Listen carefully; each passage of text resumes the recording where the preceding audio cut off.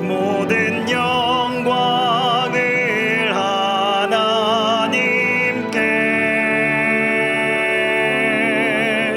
온 마음과 뜻 다해 주 사모합니다.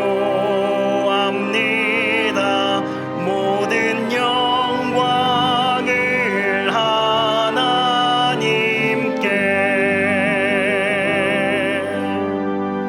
예수님 찬양 받으소서.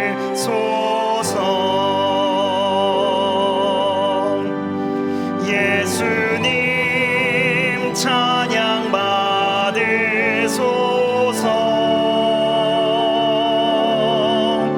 죄 사했네 우리 위해 성령 주셨네. 예수님 찬양 받으소서.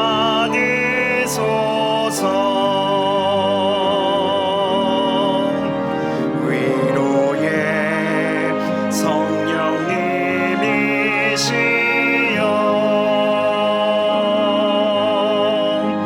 위로의 성령님이시여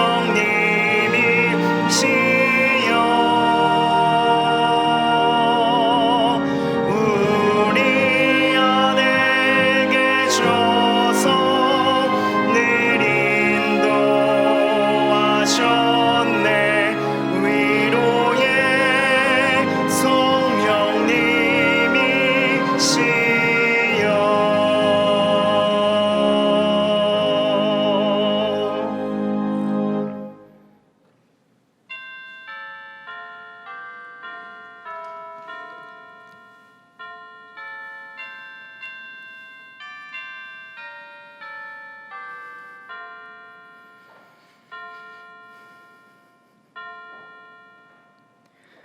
그러므로 우리는 예수로 말미암아 항상 찬송의 제사를 하나님께 드리자.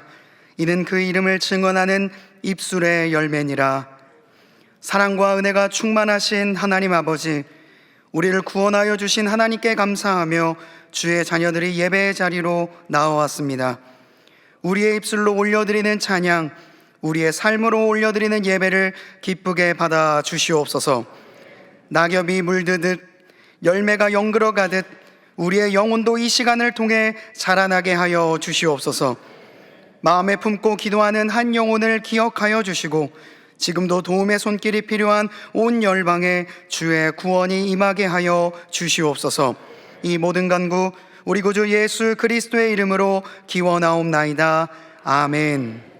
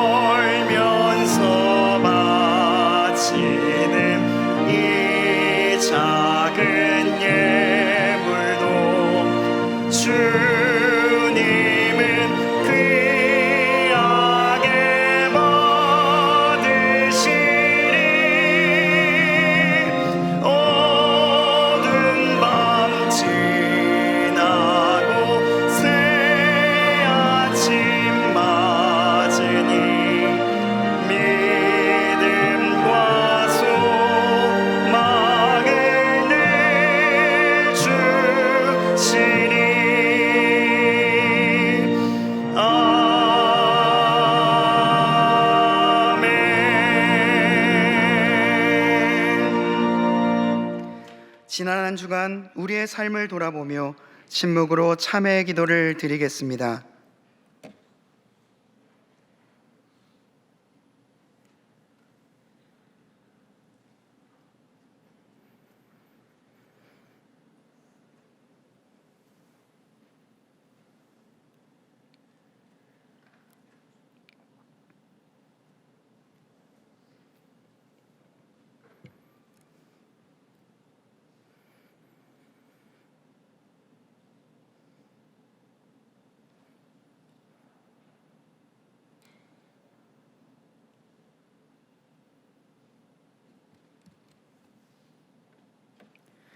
하나님께서 주시는 사조의 말씀입니다.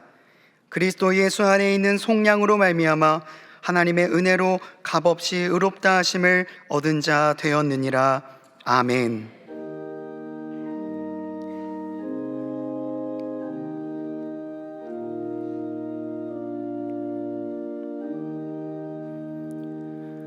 나는 전능하신 아버지 하나님, 천지의 창조주를 믿습니다.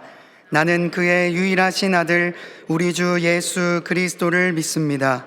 그는 성령으로 잉태되어 동정녀 마리아에게서 나시고 본디오 빌라도에게 고난을 받아 십자가에 못 박혀 죽으시고 장사된 지 사흘 만에 죽은 자 가운데서 다시 살아나셨으며 하늘에 오르시어 전능하신 아버지 하나님 우편에 앉아 계시다가 거기로부터 살아있는 자와 죽은 자를 심판하러 오십니다.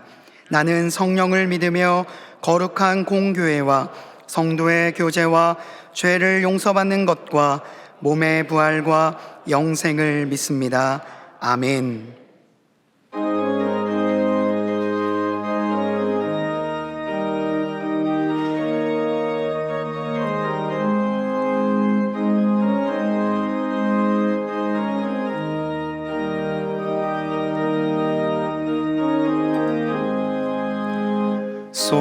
속죄하신 구세주를 내가 찬송하리라. 내게 자유 주시려고 주가 고난당했네. 그 신사랑 찬양하리. 나의 죄 사려고 십자가에 죽임당한 나의 주 찬양하리. 내가 구원받은 증거 기뻐 전하리라. 내 죄 모두 담당하신 주의 사랑 크셔라. 크신 사랑 찬양하리. 나의 죄 사려고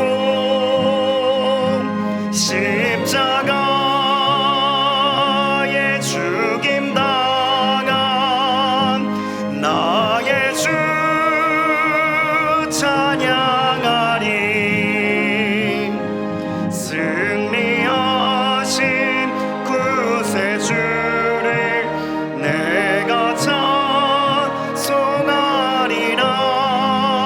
죄와 죽음 지옥 권세 주가 모두 이겼네. 크신 사랑 찬양하리.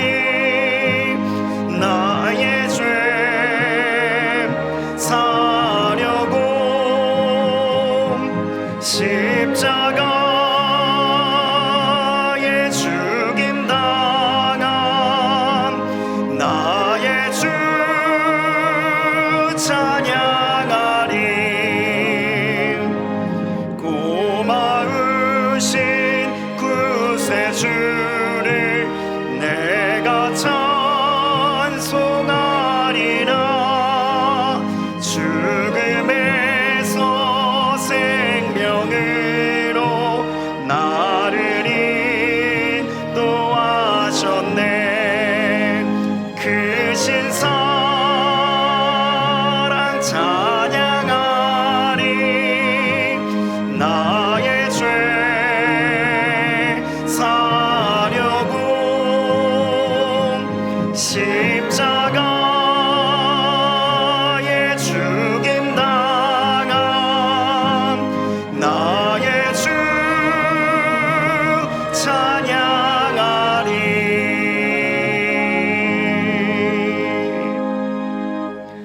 자막을 보시면서 함께 교회 공동기도를 드리겠습니다.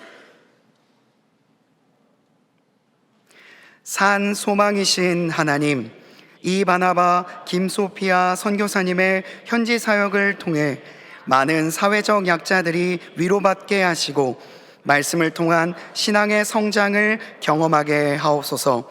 제1기 중보기도 정병단 수료생들의 모든 기도가 하나님 마음에 합당한 기도가 되게 하시고 일평생 기도의 정병단으로 하나님 나라를 위해 쓰임받게 하옵소서. 11월 14일 대학 수학 능력 시험을 치르는 수험생들에게 지혜와 명철을 부어주시고 주님이 주시는 평안함과 담대함으로 나아갈 수 있도록 인도하여 주옵소서. 담임 목사님의 영육간에 강건함을 주시고 가정과 사역 위에 하나님의 은혜와 평강이 충만하게 하옵소서. 아멘. 이제는 각 개인의 기도 제목과 작정한 한 영혼을 위하여 그리고 환우들을 위하여 기도를 드리겠습니다. 사랑과 은혜가 충만하신 하나님 아버지 감사합니다. 주님의 은혜로 우리가 이 자리에 있음을 고백합니다. 하나님, 우리가 간절히 기도하고 있는 한 영혼을 위하여 기도하오니 하나님, 하나님의 때에 하나님께서 예비하신 방법으로 이들에게 하나님의 말씀이 전달되게 하여 주옵시고 주님을 맞아들이는 역사가 있게 하여 주옵소서. 환우분들을 위하여 기도합니다. 병상에 있는 모든 환우분들의 마음을 위로하여 주시사 치료의 광선을 발하여 주옵시고 이들에게 회복의 때를 경험하게 하여 주시옵소서.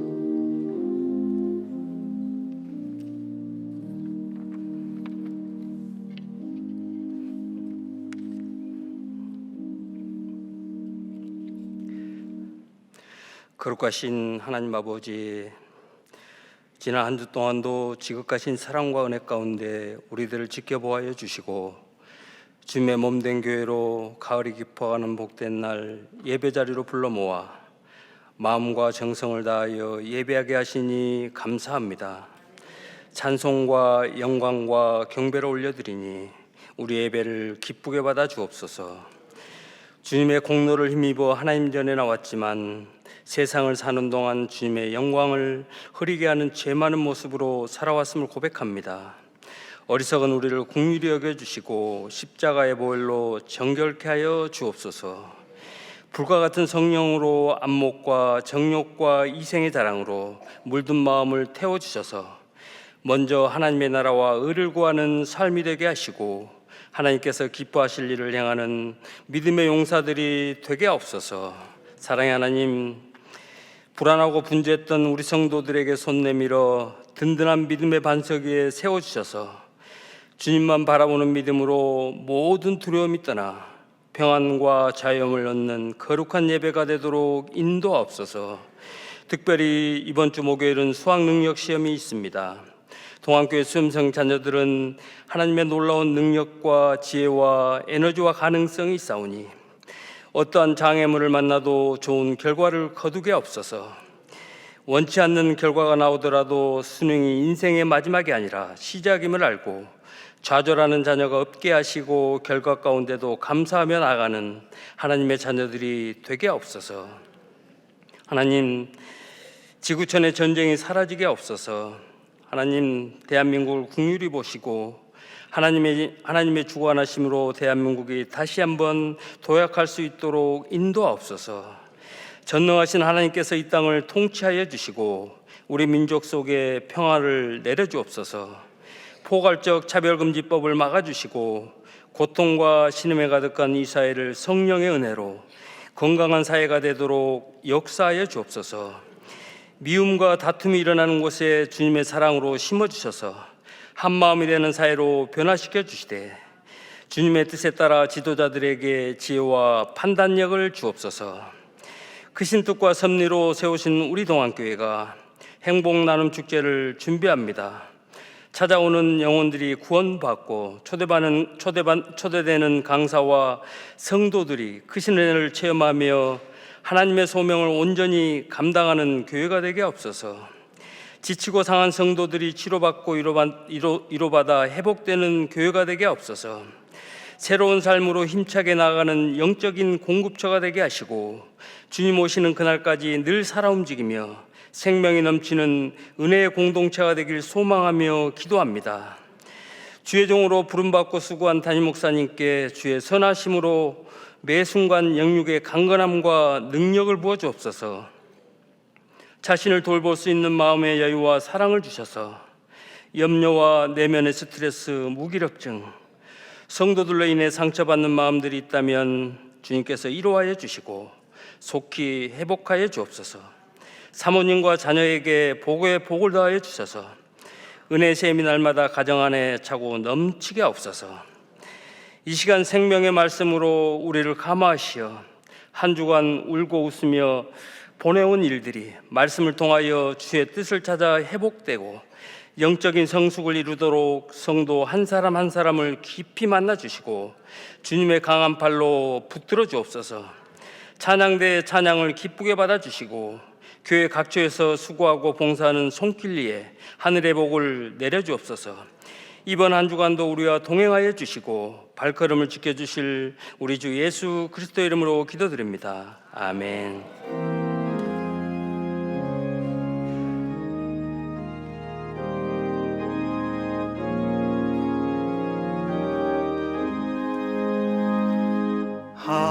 하늘에 계신 아버지 이름 거룩하사 주님 나라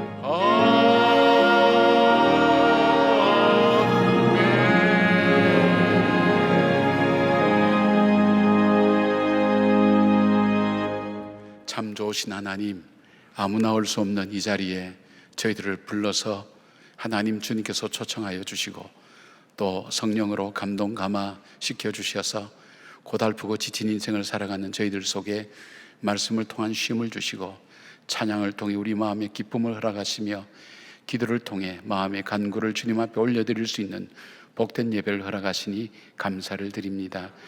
주의 보혈의 피로 죄 씻음 받은 주의 자녀들이 드리는 예배 위에 성령님 친히 임재하여 주시고 어둡고 악한 영들은 역사하지 못하도록 주님께서 함께하여 주시오며 마음의 소원을 품고 하나님께 간구하고 부르짖는 주의 성도들의 기도들이 연락되며 응답되는 귀한 삶이 될 수 있도록 예배를 축복하여 주시기를 원합니다. 아버지 하나님, 이번 주 하나님 목요일은 수능을 치는 귀한 날입니다. 우리의 자녀들 위해 지혜와 총명 주시고 하나님 저들이 두려워하거나 무서워하지 않게 하시고 담대하여서 하나님 주님께서 열어가시는 귀한 삶의 길을 따라가기에 부족함이 없는 우리 자녀들 되게 하시고 특별히 믿음의 자녀들을 축복하여 주셔서 저들이 믿음 안에서 담대하고 든든하게 자라서 하나님의 귀한 천국 일꾼으로 세워질 뿐만 아니라 세상 속에 주의 거룩함을 드러내는 자녀로 자랄 수 있도록 하나님 함께하여 주시옵소서. 귀한 예물을 하나님 구별하여 올려드립니다. 하나님께 드린 예물 위에 하나님께서 천국 창고에 하나님 채워두실 뿐 아니라 이 땅에서 쓰여질 때 주의 영광 드러나며 생명이 살아나는 놀라운 은혜가 있게 하시고, 드리는 손길마다 하나님께서 함께 하시고 생업의 현장과 자녀들과 하나님 모든 일들 위해 형통케 하시며 순적하게 하여 주시기를 원합니다. 드리지 못한 주님의 자녀들 위에도 하나님 함께 하셔서 드릴 수 있는 믿음도 주시고 물질도 허락하여 주시기를 간절히 원합니다. 질병으로 고통당하는 주님의 자녀들, 한 번만이라도 주님 전에 나와서 예배드리기를 간절히 소원하는 저들의 마음을 하나님 들어 응답하여 주셔서 회복케 하시고 자리에서 일어나게 하시고 걷게 하시고 하나님 뛸 수 있도록 하나님 은혜와 복을 베풀어 주셔서 하나님 저들이 간절히 주 앞에 간구하는 기도 위에 하나님 응답하시사 치유하여 주시고 회복케 하여 주시오며, 간호하는 가족들 위에도 함께하여 주시고 인도하여 주시옵소서. 하나님, 행복나눔 축제를 합니다. 저희들 위해 함께 하시고 한 영혼을 귀하게 보시는 하나님의 사랑이 우리 마음속에 스며들게 하시고, 그 간절함을 가지고 한 분 한 분을 위하여 기도할 때 사망에서 생명으로 옮기는 놀라운 축복의 역사들이 사랑하는 우리 백성들을 통해서 이루어질 수 있도록 우리 성도들을 축복하시고 함께하여 주시옵소서. 예배를 통해 영광 받으실 우리 주 예수 그리스도의 이름으로 기도드리옵나이다. 아멘. 안녕하세요. 반갑습니다. 2024 행복나눔 축제가 당신은 하나님의 가장 소중한 사람이라는 주제로 다음 주일 저녁에 열립니다. 행복나눔 축제는 아직 주님을 믿지 않는 전도 대상자를 교회로 초청해 복음을 전하는 행사입니다. 이번 축제에는 그룹 VOS에 박지연 집사가 강사로 출연해 그가 걸어온 삶과 신앙을 간증할 예정입니다. 박지연 집사는 우리에게 잘 알려진 곡으로 가요 프로그램 1위를 차지하면서 대중들에게 큰 인기를 얻었습니다.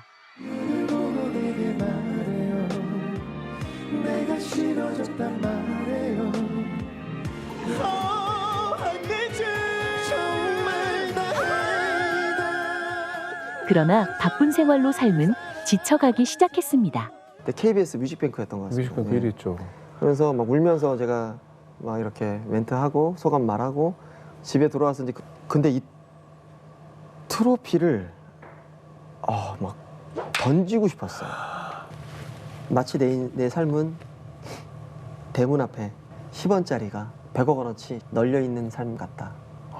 내가 이제 그런 표현의 글을 썼었거든요. 왜 그러냐면 100억 정도가 10원짜리로 있으면 집에 안 들어가요. 그거 줍죠. 예, 그게 이제 짊어질 수 있을 만큼 짊어지죠.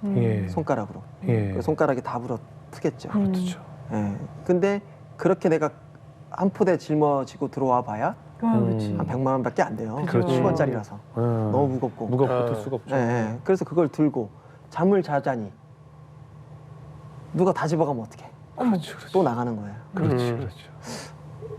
내 삶이 왠지 그런 삶인 것 같다. 삶에서 가장 어두운 순간, 예배를 통해 마음이 회복되기 시작했습니다. 굉장히 고열로 시달리는 날이었어요. 그래서 입원을 했어요. 애들이 문병 오잖아요. 근데 그렇게 친하지 않았던 대전에서 예전에 가르쳤던 제자가 와서 별다른 얘기 안 하고 돌아가는 길에 교회 한번 가보셨으면 좋겠다고 제가 그 마음이 들어서 왔대요. 어머나. 그러고 내가 뭐 안부 묻고 이제 얘기 좀 담소 나누다가 이제 갔어요. 근데 그 말이 막 너무 남는 거예요. 계속. 교회. 그래서 이제 아내에게 여보 교회 한번 가라고 이렇게 제자가 얘기하고 가네. 그래 가자 그러는 거예요. 교회 한 번도 안 가본 여자가. 교회 가자.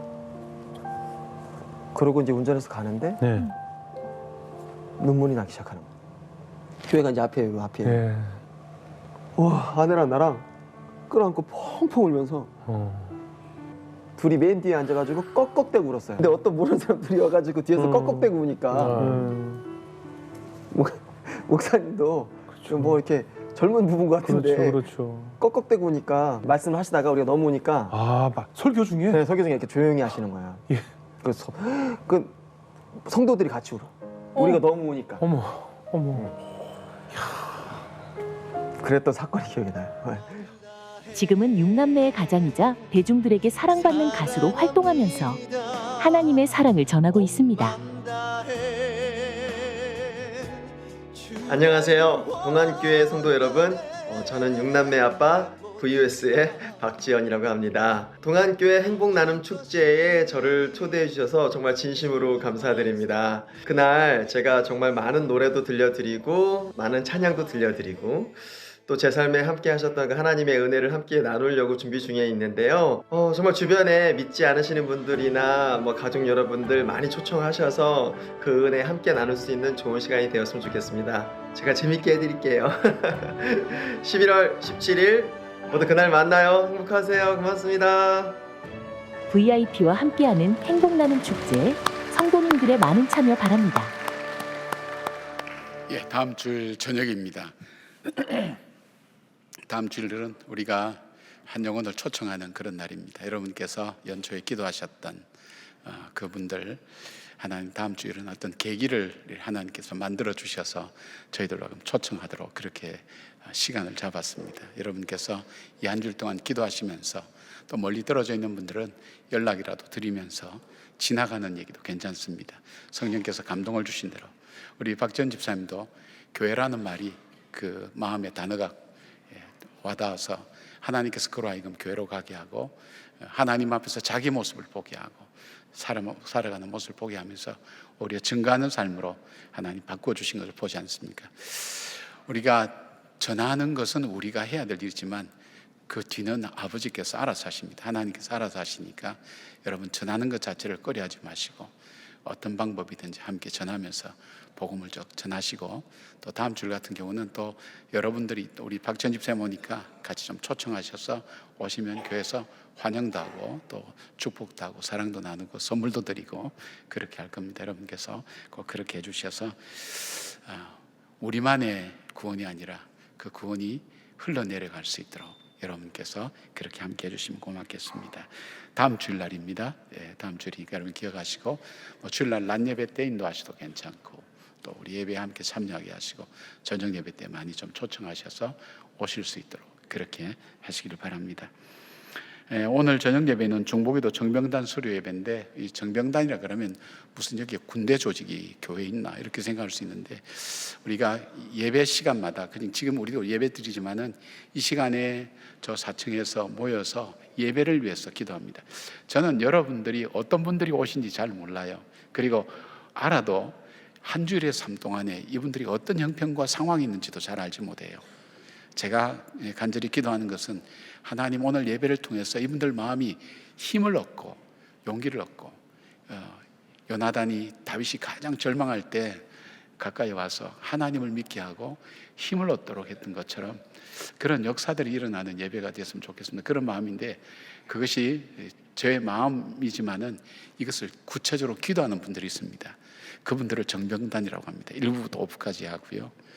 그리고 또 한 팀이 있는데 그 팀이 뭐냐면 이 예배가 정말 하나님께서 함께 하시고 성령께서 함께 하신 예배가 되도록 금식하면서 이 날을 준비하는 분들이 있습니다. 그러니까 일주일에 하루, 그러니까 하루가 아니라 매일 그리고 2분씩 그렇게 금식합니다.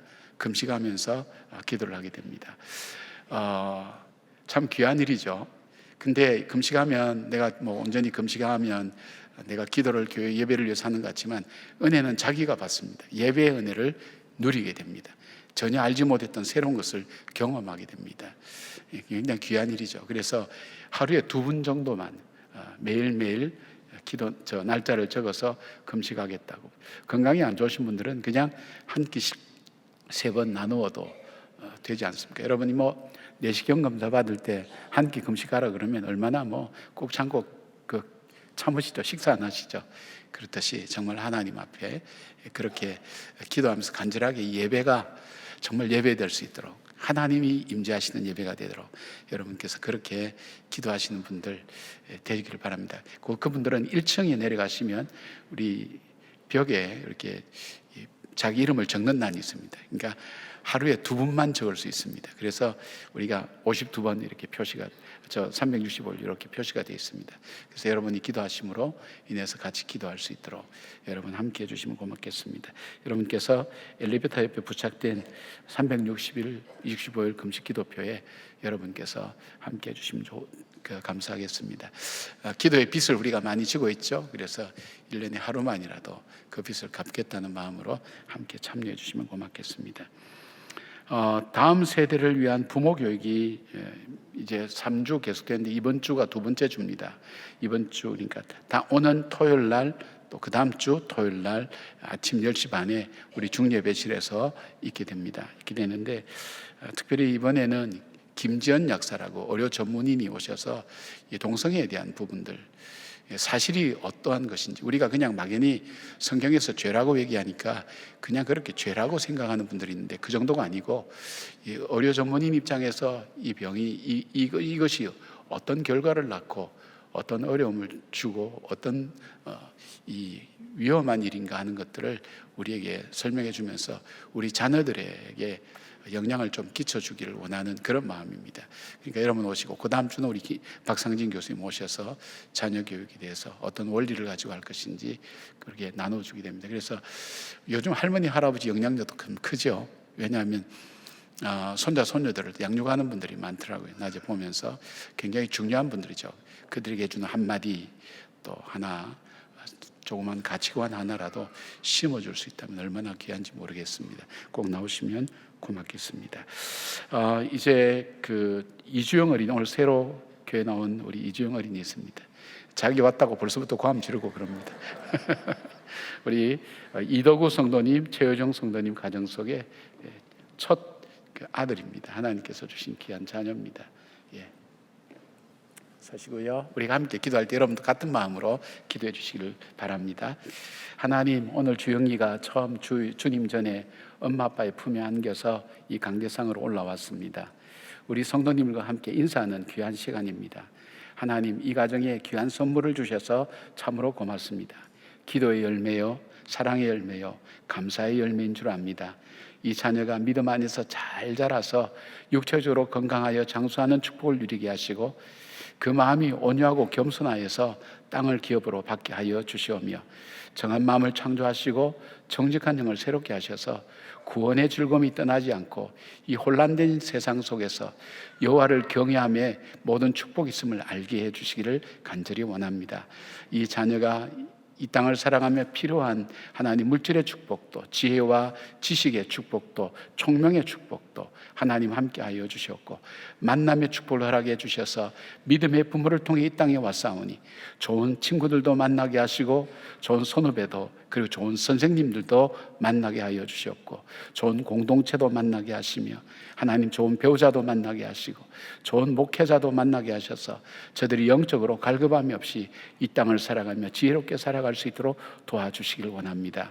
이 부부에게 하나님 이 자녀를 하나님 주신 자녀를 아름답게 갖고 갈 수 있는 믿음의 은혜도 베풀어 주시고 물질의 축복도 허락해 주실 뿐 아니라 주변에 있는 모든 하나님 어른들 위에도 함께하여 주셔서 이 자녀가 믿음 안에 자라게 하시되 우리 성도님들의 기도를 받고 하나님 자라날 수 있도록 하나님 복과 은혜를 베풀어 주시옵소서.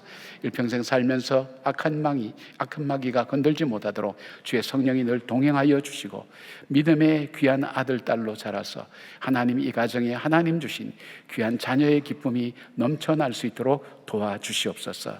하나님 자녀를 기다리는 우리 성도님들 가정 많습니다. 하나님께서 그 태의문을 열어주셔서 자녀의 축복을 허락하시고 그 자녀들이 배우자를 만나기를 기도하는 그 가정의 기도에도 하나님 응답하여 주시옵소서. 오늘 이 가정의 기쁨이 우리 온 성도들의 기쁨이 되기를 원하옵고 예수님의 이름으로 축복하며 기도드리옵나이다. 아멘. 여러분 축복의 박수 해주시기 바랍니다.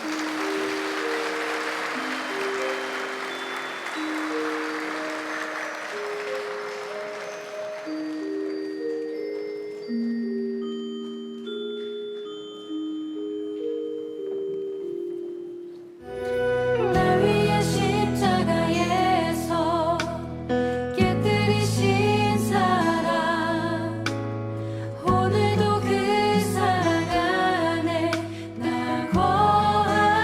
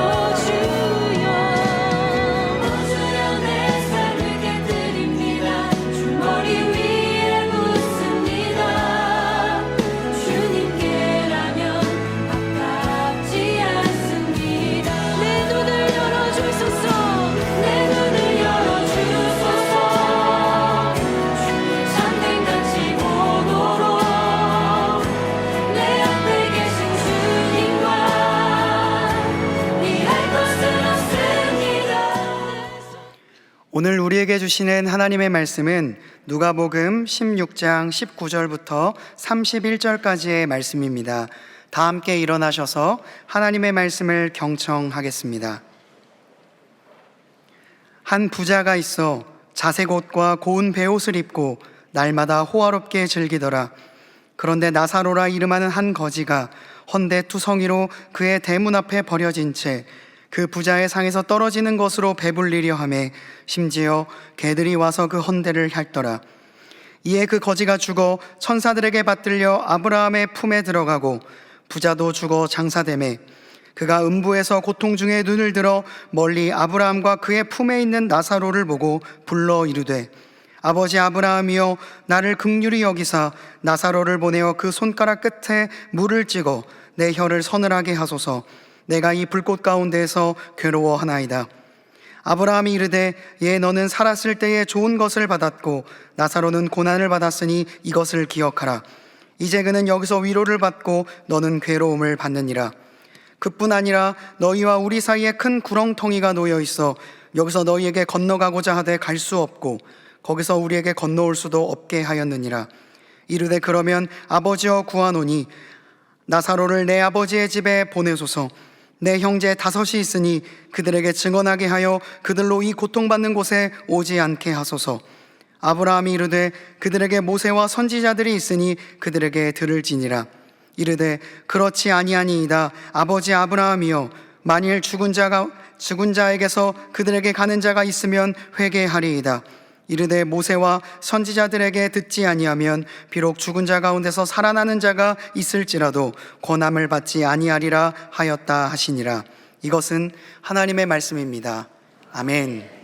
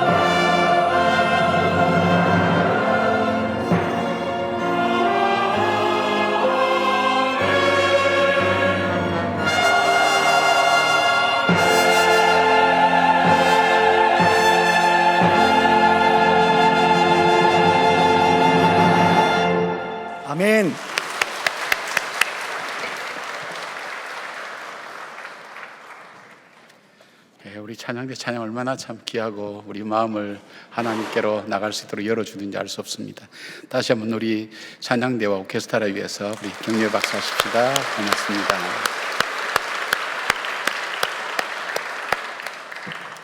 이분들은 예의도 반듯하잖아요. 우리가 박수 치니까 인사도 하고 그러잖아요. 고맙습니다. 오늘 이 본문은 부자와 거지 나사로라는 이름으로 아마 교회를 좀 다닌 분들은 아마 한두 번은 다 들어보셨을 그런 이야기입니다. 예수님께서 왜 이 이야기를 하셨는가 하는 것을 우리가 먼저 좀 알아야 되거든요. 1절부터 13절까지 보면 예수님께서 옳지 않는 청지기에 대한 말씀을 하시면서 하나님과 재물을 겸하여 섬길 수 없다고 하는 말씀을 하셨는데 이것을 바리새인들이 들었어요. 듣고 이 바리새인들이 예수님의 말씀에 대해서 비웃었어요. 14절 15절 보니까 이렇게 말씀하세요. 바리새인들은 돈을 좋아하는 자들이라. 이 모든 것을 듣고 비웃거늘 예수께서 이르시되 너희는 사람 앞에서 스스로 옳다 하는 자들이나 너희 마음을 하나님께서 아시나니 사람 중에 높임을 받는 그것은 하나님 앞에 미움을 받는 것이니라. 그렇게 말씀합니다. 예수님이 이해하는 바리새인들, 보시는 바리새인은 돈을 좋아하는 사람들, 하나님 앞에서, 사람 앞에서 자기가 스스로 옳다고 이야기하는 사람들, 그리고 사람들에게 높임 받는 것을 자랑으로 여기며 사는 사람들이라고 말씀합니다. 그래서 주님께서 14절부터 18절까지 바리새인들이 자기들에게 유리하게 율법을 해석하는 것을 보시면서 하나님 율법이 얼마나 엄중한가 하는 것을 말씀합니다. 이 말씀의 이 히브리어에 한 획이 떨어져 나가는 것이 천지가 없어지는 것보다 어렵다는 거예요. 하나님 말씀은 그만큼 엄중하다는 거예요. 그러면서 주님께서 이 바리새인들에게 오늘 이 부자와 거지 나사로 이야기를 하시는 겁니다. 오늘 설교는 문맥상 이 재물과 돈에 대한 흐름을 계속 말씀드릴 수 있지만 다른 방향에서 조금 한 번 더 생각해 보려고 그렇게 합니다.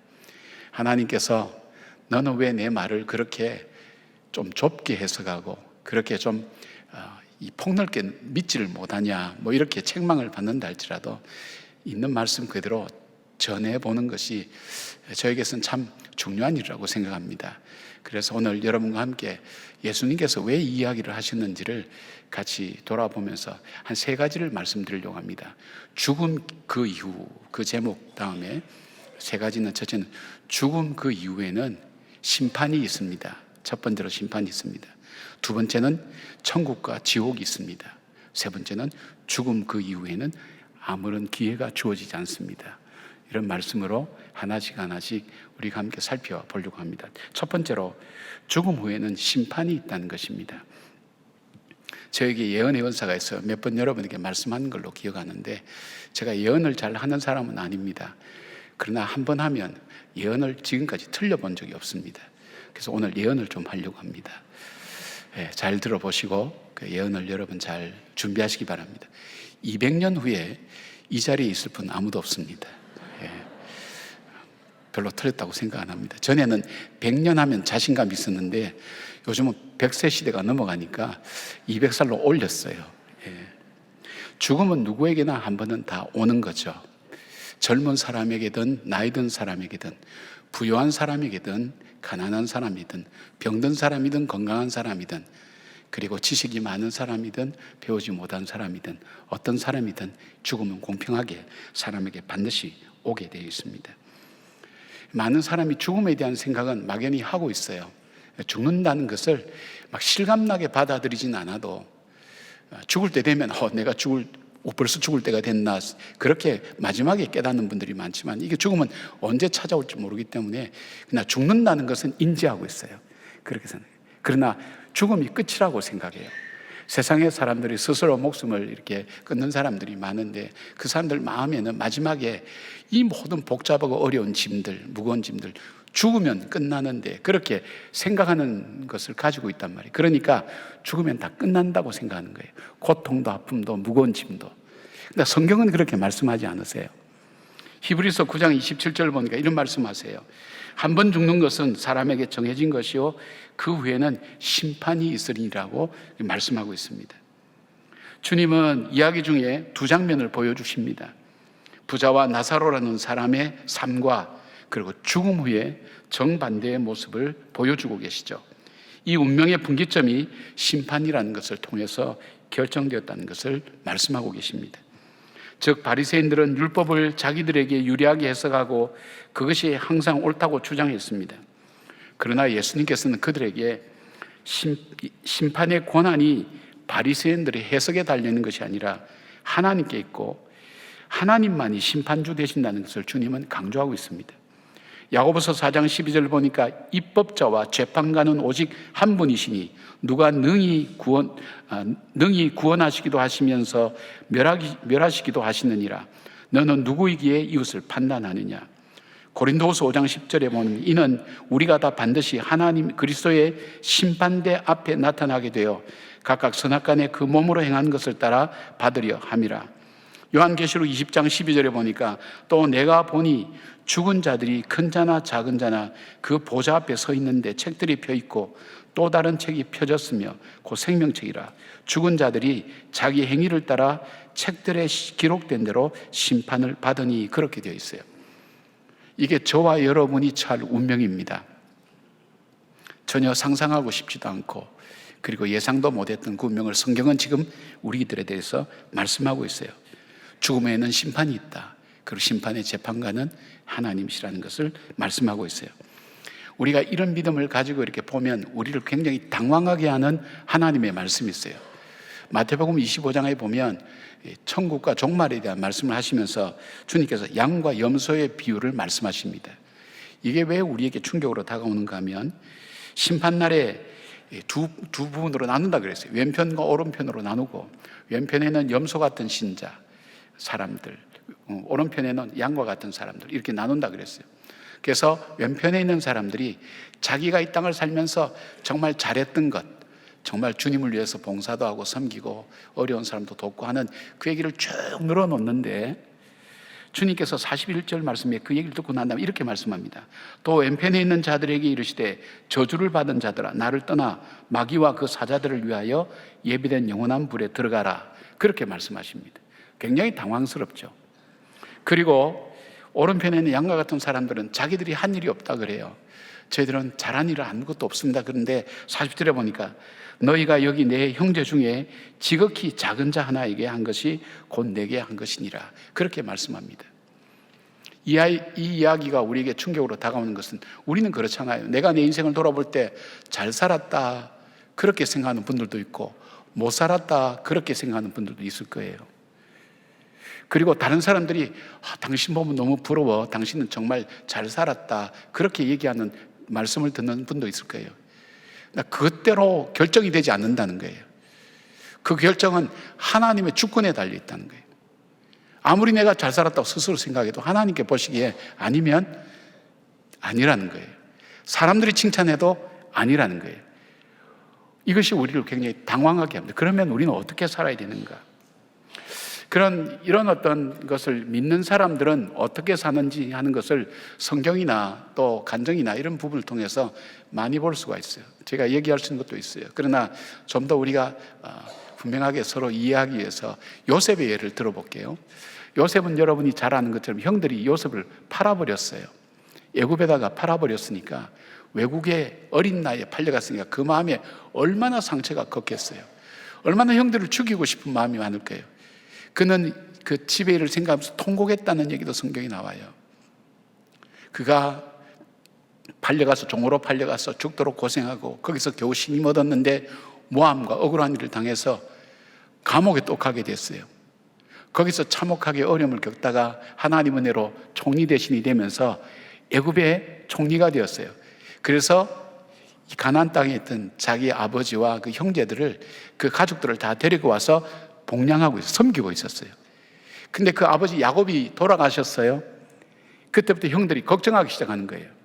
아버지가 살아 계실 때에는 저 아들이 아버지를 봐서라도 우리를 살려주었는데 이제 아버지가 돌아가시고 나니까 이제 우리는 우리에게 복수할 거라고 그것 때문에 두려워하고 있었어요. 그때 창세기 50장 19절에 요셉이 이렇게 얘기합니다.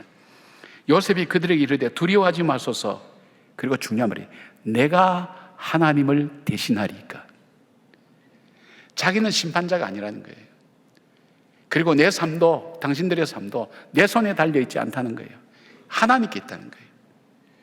그러기에 그는 부하게 평안하게 있어도 하나님 중심으로 살 수 있었고, 그가 실망과 낙담되는 일, 절망되는 일이 있어도 낙심하지 않고 믿음으로 살아갈 수 있는 힘이 바로 여기에서, 이 믿음에서 나오는 거예요. 하나님께서 정당하게 갚아주실 날이 있다는 그 믿음, 그리고 하나님의 기준에 맞는 삶. 그래서 이 요셉의 삶에 대해서 하나님과 동행하였다 그러고요, 그 삶은 형통하였다. 그런데 형통이 내가 마음먹은 대로 잘 되는 그 형통이 아니에요. 하나님이 목적하시고 원하신 대로 자기의 삶을 그렇게 살았다는 거예요. 형통하고 하나님과 동행했던 삶, 그것이 요셉의 인생 기준이었어요. 사랑하는 여러분, 자신이 최종 판단자가 아니라 역사와 인간의 주인 되신 하나님 앞에 자기의 삶을 맡겼어요. 그러기에 그는 억울함과 절망 앞에서 물러서지 않고 남을 쉽게 정죄하거나 미워하거나 그리고 원망하지도 않았어요. 마지막 날에는 하나님께서 분명히 옳고 그름을 바르게 나누어 주실 것을 그는 믿고 있었기 때문입니다. 사랑하는 여러분, 죽음은 끝이 아닙니다. 분명히 아셔야 됩니다. 죽음 후에는 심판이 있다고 성경은 말씀합니다. 우리 성경을 진리로 받아들이고 믿지 않습니까? 그 진리 되신 말씀, 변하지 않은 말씀이 죽음 뒤에는 심판이 있다고 말씀합니다. 그리고 심판하시는 분은 나나 다른 사람이 아니라, 언론이 아니라 바로 우리의 주권자 되시는 하나님께서 심판하신다는 것입니다. 나 같은 죄인 살리신, 찬송을 지으신 존 뉴턴 목사님이 인생의 마지막에 그는 이런 말씀을 하셨어요. 제가 천국에 가면 놀랄만한 일을 3가지 발견할 것입니다. 첫 번째는 내가 정말 저 사람은 천국에 있을 거라 했던 그 사람을 만나보지 못할 거고, 저 사람은 천국에 들어올 수 없는 사람이 하는 사람이 그 천국에 있을 거고, 그리고 나 같은 죄인이 천국에 있을 거라고 그 고백을 했어요. 뭘 말하는 거죠? 하나님의 절대 주권과 하나님의 심판자 되시는 하나님의 기준에 대해서 그는 분명히 인지하고 살았던 삶인 것을 보게 됩니다. 그 기준이 뭡니까? 말씀입니다. 그래서 말씀대로 사는 사람이 지혜롭다고 하는 이유가 바로 그 이유입니다. 멀리 내다보면서 오늘을 살아가는 삶의 원리, 말씀을 따라 살아가는 삶, 보지 못한 미래를 오늘 그 말씀을 따라서 그 미래를 준비하는 삶을 살았던 사람, 바로 그 사람을 지혜로운 사람이라고 그렇게 말씀합니다. 사랑하는 여러분, 말씀을 열심히 읽고 말씀을 묵상하시기 바랍니다. 그리고 그 말씀에 나의 삶을 맞추어서 살기를 바랍니다. 내 만족, 내 기준, 내가 보기에 행복하고 좋은 것, 그것을 따라 살았던 사람들에 대해서 주님은 아니라고 말씀합니다. 그 기준은 말씀에 있고 하나님께 있다는 것을 믿는 믿음을 따라서, 혹시 여러분들이 원망하고 미워하는 사람이 있으면 내가 하나님을 대신하리까, 저는 종종 그걸 되뇌어요. 제가 속상하고, 전들 뭐 속상한 일 없겠습니까? 예배 시간에 조는 분 못 넣으면 얼마나 속상한지 아세요? 잘 듣는 100사람보다 졸고 있는 한 사람에게 신경이 다가 있어요. 제가 이쪽으로 보면 이쪽에 있다는 뜻이고 이쪽으로 보면 이쪽에 있다는 뜻이에요. 근데 하나님, 내가 하나님을 대신하리까, 예를 들면 그렇게 제 마음을 이렇게 해요. 저는 재판관이 아닙니다. 사람을 판단하지 않겠습니다. 하나님께서입니다. 그 고백을 하면 마음에 하나님께서 평안을 주세요. 여러분도 그렇게 하시길 바랍니다. 한번 따라해 볼까요? 내가 하나님을 대신하리까. 그런 마음을 가지고 살아갈 때 우리 속에 원망이나 미워하는 마음도, 그리고 정죄하는 마음도 내려놓고 하나님 앞에 내 삶을 돌아보는 지혜로운 삶을 사는 저와 여러분 되기를 주님의 이름으로 축복합니다. 심판이 있다고 말씀하신 동일한 그 말씀은 두 번째로 이 심판 후에는 천국과 지옥이 있다는 것을 말씀하고 있습니다. 이야기 속에는 두 사람의 삶이 나옵니다. 우리는 별 생각 없이 이 말씀을 읽으면서 부자는 재물이 많은 부자이기 때문에 지옥에 갔고, 거지 나사로는 그 불행한 인생에 대한 보답으로 천국에 갔다고 생각할 수 있습니다. 그러나 오늘 말씀은 그런 의미가 아닙니다. 두 사람의 삶이 나누어지는 것을 보게 됩니다. 먼저 부자는 그 라이프 스타일을 세 가지로 성경에서 말씀합니다. 첫째는 자색 옷과 고운 베옷을 입고 살았다는 것입니다. 당시 자색 옷은 그 당시에 왕족들이나 귀족들이 입는 고급 옷입니다. 매우 비싸고 아주 귀한 그런 옷이었습니다. 두 번째로 그는 날마다 호화롭게 즐기는 삶을 살았다고 말씀합니다. 자신의 쾌락을 위해서, 자신의 즐거움을 위해서 다양한 방법으로 삶을 즐기고 자신이 원하는 대로 사는 사람입니다. 이 사람이 그렇게 살기 위해서 죄를 지었다 얘기는 없습니다. 그러나 자기가 자기 인생의 기준이 되고 이 물질이 주인이 되어서 그렇게 살아가는 삶을 살았다는 것을 말합니다. 시간과 재물을 자기 자신만을 위해서 허비하는 인생을 살았다고 그렇게 말씀합니다. 세 번째로 이 부자는 다른 사람의 고통과 아픔에 무관심한 사람이었습니다. 그는 자기 집 대문 앞에 나사로라는 거지가 있다는 것을 알았습니다. 비록 그를 쫓아내지는 않았지만 그렇다고 먹을 것을 나눠주는 사람도 아니었습니다. 나사로는 말씀대로 하면 버려졌다, 방치되었죠. 개들이 와서 악성종기를 핥을 정도로 고통과 아픔이 심한 삶을 살았습니다. 그러나 부자는 그에게 무관심했습니다. 그냥 저 산을 바라보고 하늘을 바라보는 풍경 보듯이 그 장면을 아무 감정 없이 바라봤어요. 한 사람에겐 죽음의 고통이 늘 마음속에 있는데도 불구하고 아무 그에게는 개의치 않았어요. 이 사람의 문제가 뭡니까? 하나님을 알았어요. 그가 아브라함을 아는 거 보면 하나님을 알았던 사람이에요. 그러나 만몬, 즉 돈의 신, 돈을 우상으로 삼았어요. 돈이 우선순위고 돈이 내 행복과 불행을 좌우한다는 그런 어떤 인생의 기준을 가지고 살았어요. 그리고 자기가 자기 자신을 결정해요. 내가 보기에 좋은 대로 결정해요. 내가 즐겁고 기쁘고 내가 행복하고. 이 사람의 행복은 자기 자신이 기준을 만든 거예요. 세상 사람들이 만든 기준에 자기는 행복하게 살아가고 잘 살고 있다고, 특별히 나는 죄를 지은 것도 없다고 그렇게 생각하면서 자기 삶을 잘 살고 있다고 생각하는 것이 문제였어요. 왜냐하면 하나님의 뜻을 그는 돌아보지 않았어요. 그리고 그들이 일반적으로 생각하는 이 물질은 하나님께로부터는 축복이라는 그 생각을 가지고 하나님께로 거저받은 것을 가지고 자기 자신만을 위해서 살았던 그 삶에 대한 것을 이야기하고 있습니다. 반면 거지 나사로의 삶은 어떠했습니까? 부잣집 앞에 살면서도 그는 배고픔과 고통 속에서 살아가는 사람입니다. 이 사람의 삶을 알 수 있는 것은 나사로라는 이름입니다. 예수님의 비유 중에 이름이 나오는 것은 없습니다. 여기 나사로라는 사람이 아마 유일한 사람일 겁니다. 제가 알기에는 유일한 사람일 겁니다.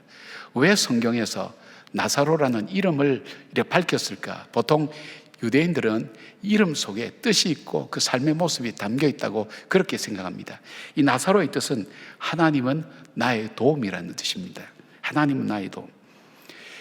사람에게 많이 알려지고 유명하고 잘 살고 부자고 굉장히 귀하게 여기는 부자는 어떤 부자로 기록한 반면에 사람들이 거들떠도 보지 않는 이 보잘것없는 나사로를 나사로라는 이름을 성경에 기록한 것은 하나님 보시기에 부자의 삶은 헛된 것이라는 것입니다. 하나님 보실 때 정말 의미 있는 삶, 하나님이 주목하시고 하나님이 살펴본 삶, 바로 이 나사로의 삶이라는 것을 우리에게 말씀하고 있다는 것입니다. 그는 가난했습니다. 육체의 질병도 있었습니다.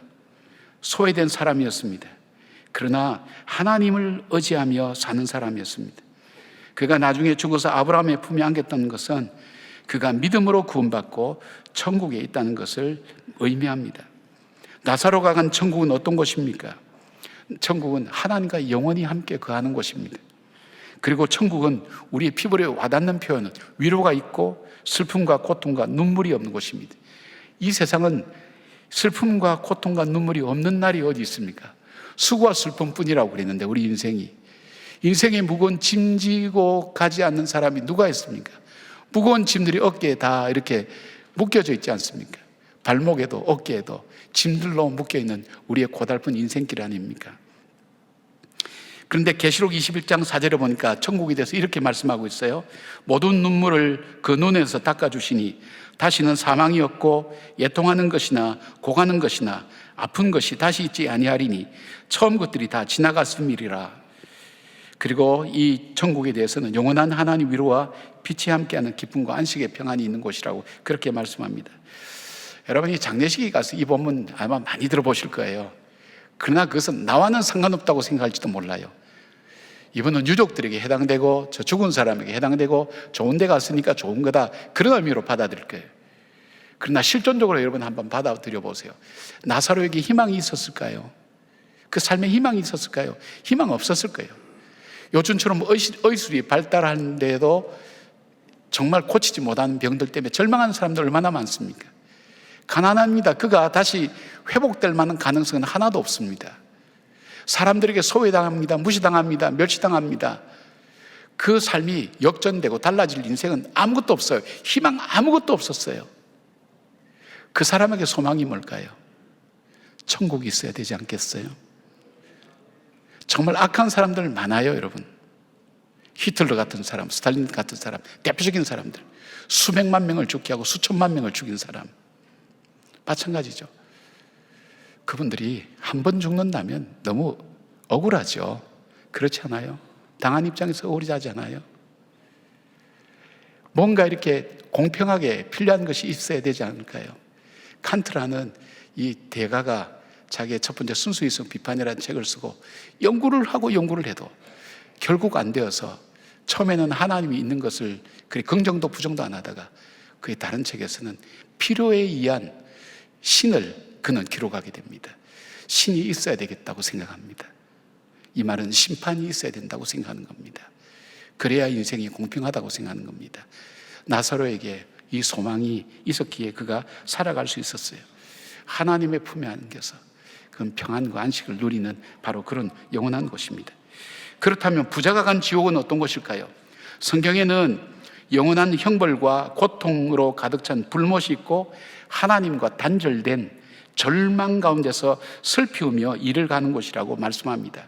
여러분이 중간중간 들었던 말씀을 종합하면 이 지옥의 모습입니다. 계시록 14장 10절에 보니까 그도 하나님의 진노의 포도주를 마시리니 그 진노의 잔에 섞인 것이 없이 부은 포도주라. 거룩한 천사들 앞과 어린 양 앞에서 불과 유황으로 고난을 받으리니라고 말씀하고 있어요. 지옥은 불 속에서 영원히 좌절과 절망 그리고 고통을 당하는 곳이라고 보면 됩니다.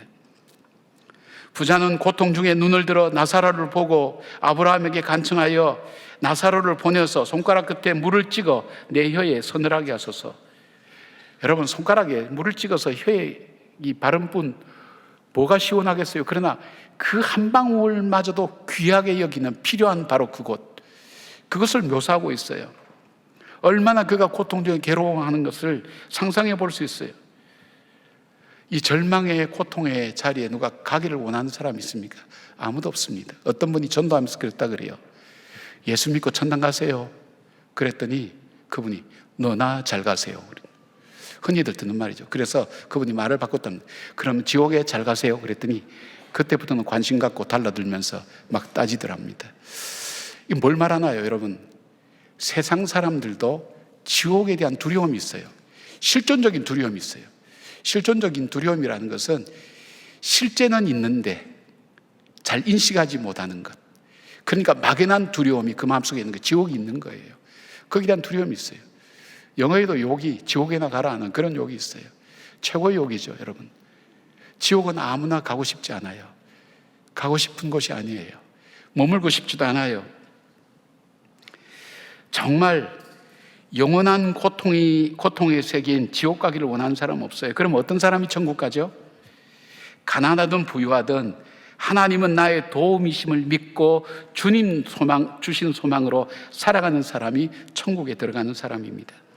요한복음 3장 16절은 이것을 이렇게 정리해서 요약해서 말씀합니다. 하나님이 세상을 이처럼 사랑하사 독생자를 주셨으니 이는 그를 믿는 자마다 멸망하지 않고 영생을 얻게 하려 하심이라고 말씀합니다.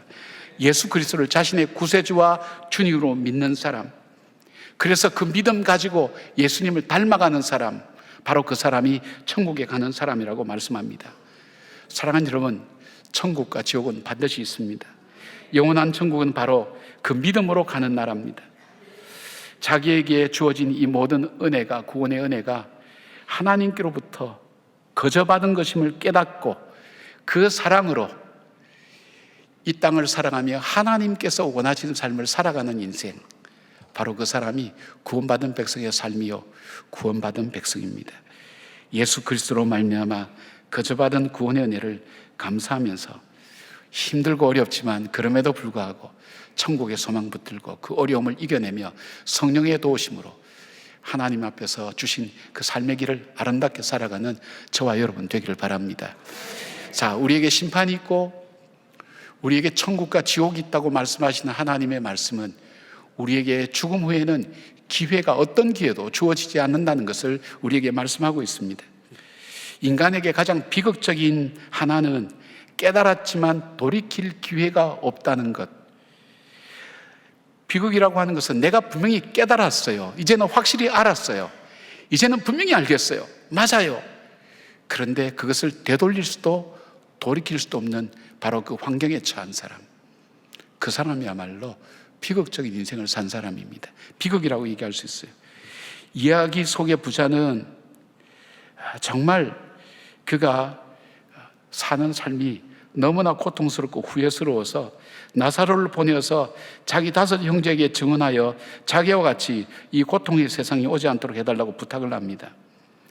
일평생 아무 생각 없이 주어지는 대로 자기가 보기 좋은 대로 고운 옷 입고 자기를 즐겁게 하는 잔치와 쾌락을 위해서 살고 다른 사람에게 무관심한 삶을 살았던 그 한 번도 자기 삶을 잘못 산다고 생각하지 않았는데 바로 게헨나 이 지옥에 와서야 깨닫는 거예요.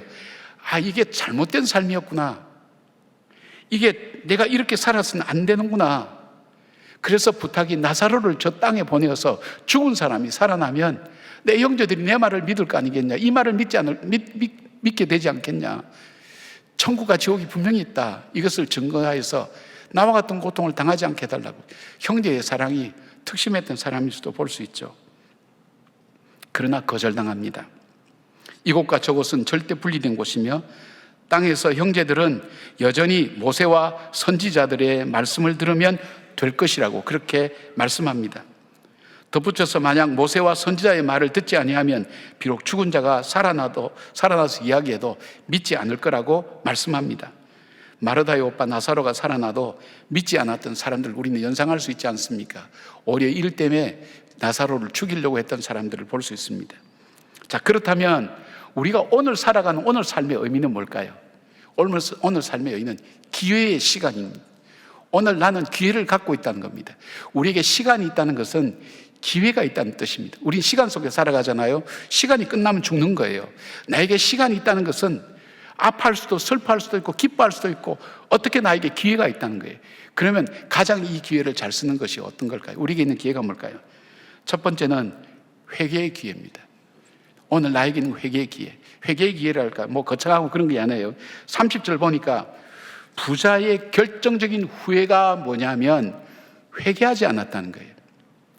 회개는 하나님 없이 살아왔던 삶, 하나님을 알아도 하나님이 없는 것처럼 살아왔던 삶, 그 삶을 아파하고 후회하면서 내 삶을 하나님 앞으로 그 삶의 방향을 돌려서 살아가는 삶, 이것이 회개의 삶입니다.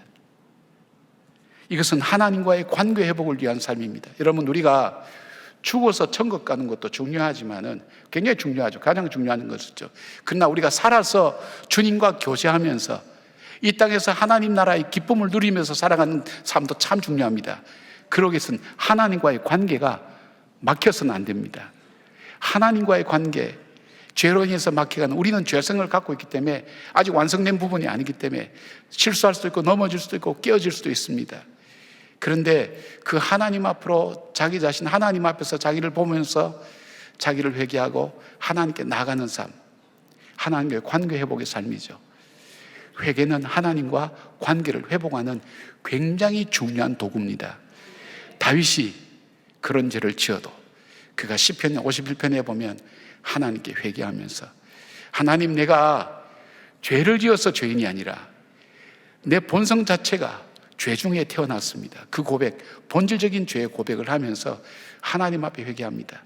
하나님 그런 다윗을 회복시키시고 다시 그를 사용하시고 하나님 앞에 합한 자로 만들어 가시는 것을 우리는 보게 됩니다. 회개는 참 중요합니다. 내가 내 인생의 주인이 난 줄 알고 내가 아무 의식 없이 죄 안 짓고 사람들이 얘기하는 죄 안 짓고 그렇게 살아가면 그 삶이 아니라 내가 정말 하나님 말씀이 나에게 말씀하신 대로 내가 살았는지를 돌이켜보면서 살펴보면서 내 삶을 지금 방향을 틀어서 잘못된 방향을 틀어서 하나님께로 내 삶의 방향을 바꾸고 걸어가는 삶, 이게 성화되어 가는 삶이라 할 수 있죠. 그런 사람의 삶, 그 기회가 우리에게 있다는 거예요. 오늘 여러분에게 어떤 기회가, 많은 기회가 주어졌을 거예요. 다 할 수 있어요. 성경은 얘기합니다. 모든 것이 가하나 다 유익이 아니라고 얘기합니다. 우리에게 지혜로운 선택이 뭘까요? 지혜로운 기회가 뭘까요? 회개하는 기회. 가장 중요한 것은 하나님과 화목하고 하나님과 관계를 회복하는 바로 그런 기회가 우리에게 매 순간 주어진다는 기억하면서 회개하시는 여러분, 하나님을 향해서 말씀을 통해서 비춰준 내 모습을 바라보고 주님께로 걸어나가는 그런 결단이 있기를 바랍니다. 이제 한 해 마지막에 자라게 하나님께서 감사절과 성탄절을 주신 이유가 뭘까요? 한 해를 돌아보면서 힘든 일, 어려운 일 많았지만 감사함으로 인생을 정리하고 돌아보라는 하나님의 시간의 주인이신 하나님의 계획이 있고, 그리고 또 하나 있다면 우리에게 성탄절을 주셔서 우리에게 주신 큰 기쁨, 이 기쁨이 우리만의 기쁨이 아니라 어려운 이웃들을 돌아보게 하는 바로 하나님의 뜻이 이 속에 있지 않을까 생각을 해봅니다. 우리는 매년 성탄절 헌금과 성탄절 사랑의 쌀 나누기, 그 다음에 기쁨 나눔 상자를 통해서 이 이웃을 돌아보는 것을 하게 됩니다. 이것이 뭔가 어떤 윤리적이고 도덕적이기 때문에 하는 게 아닙니다. 이 의미는 뭐냐면 우리가 잊어버리고 나 중심으로 살아가는 삶 속에, 아무 생각 없이 살아가는 삶 속에 문득문득 이거 일깨워 주는 거예요. 우리에게 어려운 이웃이 있지, 우리가 돌아봐야 될 사람이 있지, 내 문 앞에 나사로웠던 사람이 있지, 그 사람을 그냥 지나치지 말아야지. 그런 걸 일깨워 주는 거예요. 매년마다 하면서 일깨워 주는 거예요. 이 삶은 뭐로 연결돼야 돼요? 내 개인의 삶으로 연결돼야 돼요. 그때만 하는 게 아니에요. 내가 살아가는 삶 속에 나에게 눈에 보이는, 내 눈에 늘 떠있는 대문 앞에 나사로 같은 사람이 누군가, 그런 사람들을 우리가 작지만 콩나물 사면 2,000원치 사면 조금 더 해서 콩나물 뭉쳐서 한 젓가락 정도 이웃에 혼자 사는 분에게 전해준다든지, 예를 들면요, 여러 가지 할 수 있을 거예요. 그것도 안 되면 지나간 사람 따스한, 저는 엘리베이터를 타면 우리 사는 아파트 라인은 우리 교인들이 참 많습니다. 다른 교회 교인도 많고요. 만나면 무조건 인사합니다. 그 말을 봐도 잘 있었니? 그렇게 인사합니다. 그렇게 가까이 지내려고 합니다. 왜냐하면 어떤 사람인지 모르잖아요. 어떤 마음의 상태인지 모르잖아요. 그리고 길 가다가도 조금이라도 나를 아는 척한다 싶으면 제가 인사하는데 한번 실수한 적이 있어요. 어떤 여자분이 오는데 저를 보고 웃더라고요. 그래서 우리 교인님 모양이 돼서 안녕하세요 그랬더니 왜 낯선 남자가 나를 보는가 이래 보는데 보니까 전화하고 있더라고요. 전화하면서 웃는데 제가 저보고 웃는 줄 알고 착각해가지고, 제가 드린 말씀은 일상생활 통해서 우리 문 앞에 있는, 내 문 앞에 있는 나사로운 누군가를 찾아보시라는 거예요. 두 번째로 또 하나의 기회는 뭐냐면 구원받지 못한 사람에게 복음을 전할 기회를 우리는 갖고 있어요. 부자는 지옥에서 형제를 향한 절박하고 간절한 호소를 합니다. 자신이 사랑하고 자신을 사랑하는 형제들에게 자신과 같은 고통과 괴로움을 받지 않도록 하나님을 믿고 말씀대로 살도록 전해달라는 부탁을 드리지만 그에게는 더 이상 그 기회는 주어지지 않았습니다. 우리는 이야기 속에 주님이 말씀하신 모세와 선지자의 사명을 받은 사람입니다. 심판과 천국과 지옥이 있음을 알고 구원의 길을 아는 우리가 할 수 있는 가장 소중한 사명은 바로 우리의 가족과 이웃들에게 복음을 전하는 일입니다. 지난 주일 저녁에 53분이 입교와 세례를 받았습니다. 이 세례 집례를 하는데 울컥하는 마음이 계속 터져 나와서 울면서 거의 집례를 한 것 같아요. 뭘 보고 울었냐면 입교를 하는데 그 젊은 아이들, 그 아이들이 입교하는데 생각해 보는 거예요. 저 아이가 오늘 입교하기 위해서 그 부모가 얼마나 애타게 기도했을까. 어렵잖아요. 요즘 애들이 말을 잘 안 듣잖아요. 그런데 부모의 역량이, 자기 부모가 고백한 신앙 고백을 자기 신앙 고백으로 받아들일까지 부모가 얼마나 기도했을까요? 사연을 아는 사람 몇 사람도 있었어요. 그 마음을 알기에 그 부모의 눈물의 기도를 저는 기억이 났어요. 그리고 또 하나 있다면, 우리 80이 넘는, 세례받은 분 중에 80이 넘는 어르신들이 꽤 있었어요. 그분들이 절뚝절뚝 하면서 지팡이를 짚고, 그런데 깨끗하게 차려입으시고 이 계단을 올라오는데, 그게 감격이, 우리 예배원들이 돕는데 그분들이 천사 같았어요. 정말 부축하면서 올라오는데 그 장면도 감격스럽고, 그 세례를 받기 위해서 한 걸음 한 걸음 올라올 때 성큼성큼 올라 이 계단을 천리 말리 가는 것처럼 겨우 해서 오셔서 다리도 못 구부려서 고개를 숙이고 간절하게 80년 90년 살아온 그 인생을 이제 접고 내가 주님을 섬기겠습니다는 그 결단이 쉽게 이루어지는 건가요? 마지막 때 나는 어디로 가지 하는 그런 절박한 마음에서 나온 걸까요? 그런 마음도 물론 있겠죠. 그러나 그 복음을 받아들이고 내가 정말 예수 그리스도를 나의 구세주와 주님으로 받아들이겠습니다, 그렇게 간절하고 절박한 마음으로 기도하는 그들의 모습, 저분들은 정말 마지막 기회를 놓치지 않는 분들이구나. 우리 김순영 권사님이 전도한 분들이 100명인가 200명 된다 그래요, 금년에도. 근데 그 세례받은 어른들 14명이, 그 중에 14명이 우리 권사님이 전도한 분이에요. 길 가다 보면 이분이 전도지 늘 들고 해요. 그리고 기도하면서 이게 정말 영혼의 귀중함에 대한 그 마음을 갖고 있는 분이에요. 전하는 거예요. 자기 비용 들여서 밥 사주면서 이 복음을 전하는 거예요. 그걸 받아들인 거예요. 얼마나 중요한 사명을 감당하는지 알 수가 없어요. 그러면서 이 성찬식을 집례하는데 제 마음속에 그런 기도였어요. 아버지 참 기쁘시죠? 제가 지난주 2주에 거쳐서 탕자에 대해서 설교를 했는데, 그 탕자가 돌아올 때 베풀었던 그 잔치, 주님 지금 베풀어 주세요. 이 잔치가 천국에 되게 해주시고 저분들에게 정말 그 맞이하는 그 따뜻한 주님의 사랑을 느끼게 해주세요. 그 마음이 찾아오는데 제가 그냥 할 수가 없었어요. 울었던 교인들도 많이 있습니다. 그리고 많은 분들이 얘기합니다. 정말 성찬의 의미를 다시 일깨워줘서 고맙다고 하는 얘기를 듣습니다. 그게 뭐 일깨워 드리려고 하는 게 아니라 제가 그렇게 느낀 거예요. 그 영혼의 구원이 어디 쉬운 일입니까? 70년 80년 살아왔던 그 인생을 바꾼다는 것이 정말 쉬운 일입니까?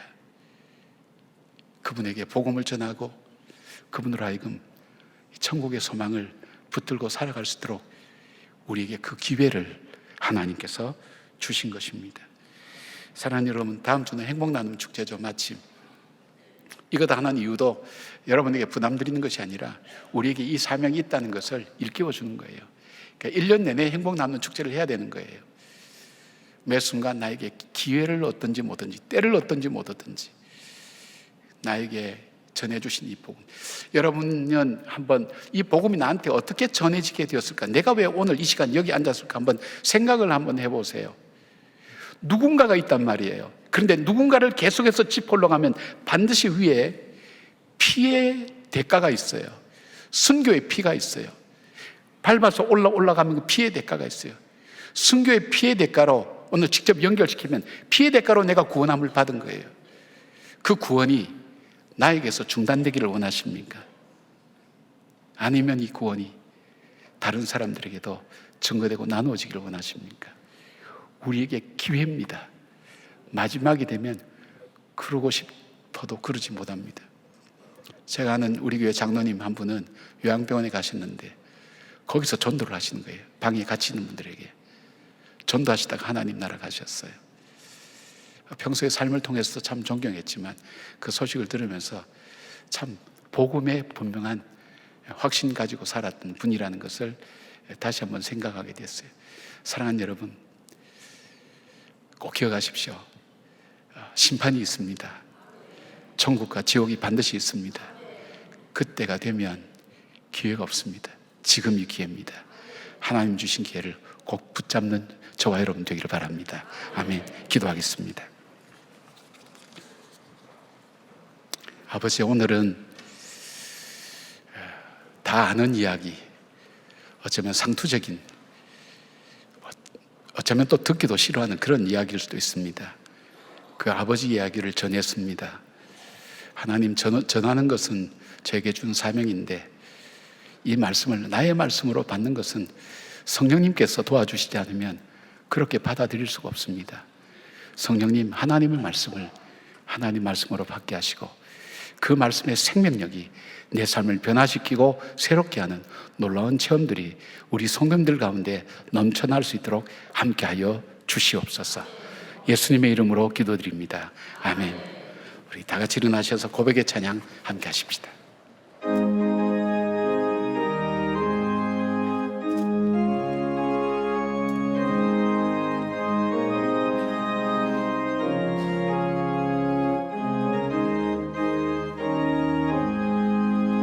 구름 같은 이 세상 모든 북의 영광 나는 분토와 같이 내어버리고서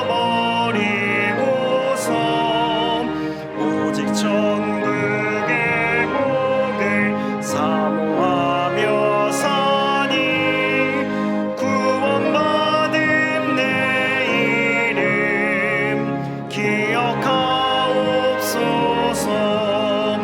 주가 나의 이름 보좌 앞에 놓인 어린 양 생명책에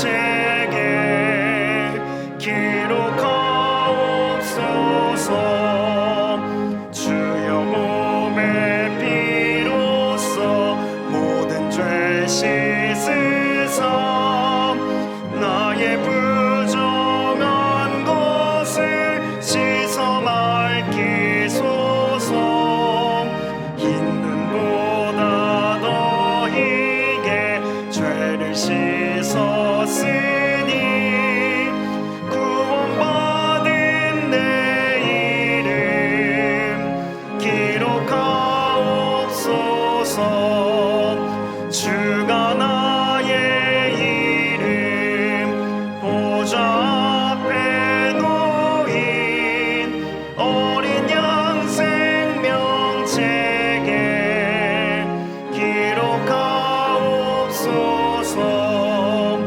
죄가 하나도 없고 아무 병도 없는 영화롭고도 밝은 천국 올라가서 주와 함께 그곳에 길이 살겠으니 이런 소망의 삶은 참된 행복이라. 주가 나의 이름 보좌 앞에 놓인 어린 양 생명책에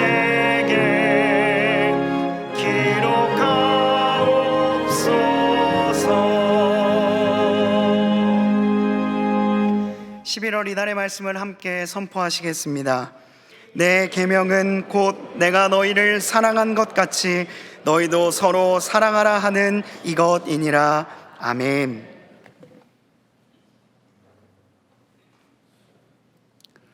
이제는 우리 주 예수 그리스도의 은혜와 하나님의 크고 놀라운 사랑과 성령님의 깨닫게 하심과 감화 감동하심이 오늘 말씀이 나를 향한 주님의 음성으로 듣고 내 삶을 새롭게 살며 참 소망 붙들고 힘들고 어렵더라도 낙담하지 않고 다시 일어서서 주의 말씀과 천국의 소망을 바라보며 믿음으로 살아가기로 다짐하는 주님의 백성들 머리 위에 지금부터 영원까지 함께 하시기를 간절히 축원하옵나이다. 아멘.